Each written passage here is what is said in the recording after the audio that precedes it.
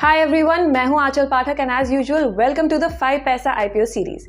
ये हफ्ता आईपीओ के लिए बहुत बिजी होने वाला है क्योंकि इसी हफ्ते 4 आईपीओ रिलीज हो रहे हैं और आज के वीडियो में हम बात करेंगे इस हफ्ते के पहले आईपीओ के बारे में जो है आरआर केबल।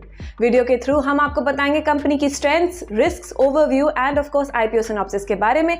तो अगर आपको इस आईपीओ इशू की सारी जानकारी चाहिए गाइस तो प्लीज वीडियो को एंड तक देखें।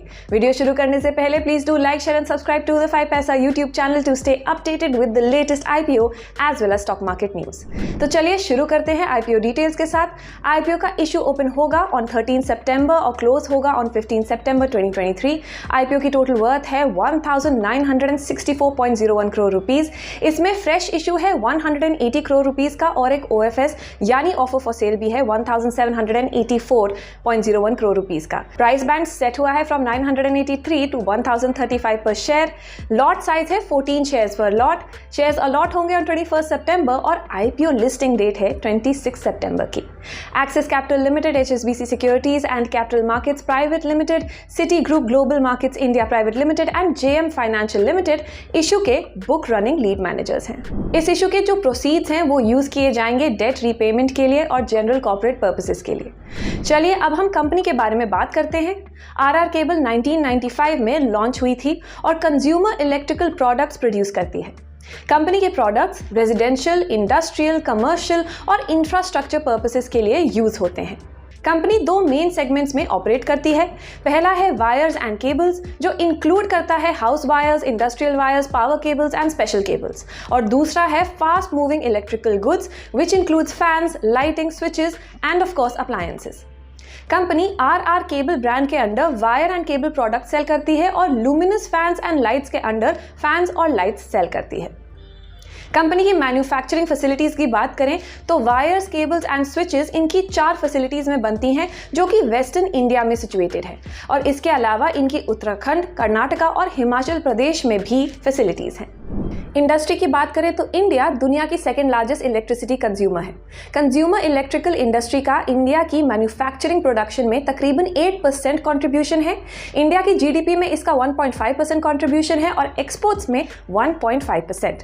FY 2023 में कंज्यूमर इलेक्ट्रिकल इंडस्ट्री की कंबाइंड मार्केट वैल्यू थी 1,81,150 crore rupees. It is projected to maintain a consistent growth trajectory with an expected CAGR of 10% until FY 2027, reaching a market value of 2,66,000 crore।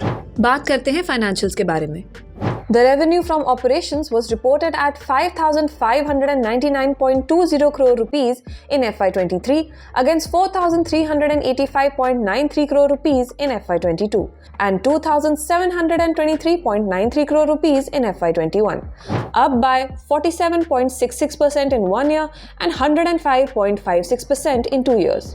EBITDA amounted to 357.70 crore rupees in FY 23 against 353.72 crore rupees in FY 22 and 253.24 crore rupees in FY 21, up by 1.12% in 1 year and 41.25% in 2 years.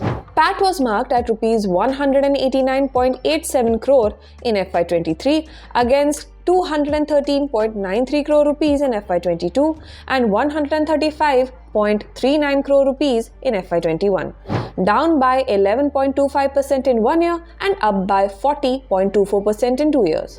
Total assets for FY 23 were reported at 2,633.62 crore rupees against 2,050.64 crore rupees in FY 22 and 1,715.11 crore rupees in FY 21, up by 28.43% in 1 year and 53.55% in 2 years.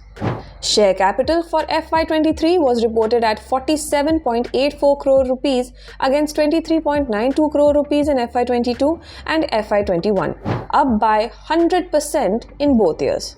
Total liabilities for FY 23 were reported at 1,213.92 crore rupees against 800.34 crore rupees in FY 22 and 668.48 crore rupees in FY 21, up by 51.68% in 1 year and 81.59% in 2 years. अब इस section में हम company की strengths और weaknesses को discuss करेंगे। Company की सबसे पहली स्ट्रेंथ ये है कि इनका 20 साल का ट्रैक रिकॉर्ड है और पैन इंडिया और ग्लोबल प्रेजेंस भी है। कंपनी अपने पेयर्स में fastest growing consumer electrical company है। इनकी मैन्युफैक्चरिंग फैसिलिटीज टेक्नोलॉजिकली एडवांस्ड हैं। ये FMEG सेगमेंट में ग्रोथ शोकेस कर रहे हैं और इनकी मैनेजमेंट टीम एक्सपीरियंस्ड है। अगर हम रिस्क की बात करें तो कंपनी ने पास्ट में नेगेटिव कैश फ्लोज दिखाए हैं। इनकी वर्किंग कैपिटल रिक्वायरमेंट्स काफी हाई हैं। ओवरसीज मार्केट चंद ही डिस्ट्रीब्यूटर्स पर डिपेंडेंट है। कंपनी को क्रेडिट टर्म्स और फॉरेक्स फ्लक्चुएशन से रिलेटेड रिस्क भी फेस करना होगा। And the last risk is unsecured loans from banks and other financial institutions. Thank you so much for watching this video. We hope कि आपको इस IPO से related सारी जानकारी मिल गई होगी। अगर आप इस IPO के लिए अप्लाई करने वाले हैं तो हमें कॉमेंट सेक्शन में जरूर बताएं।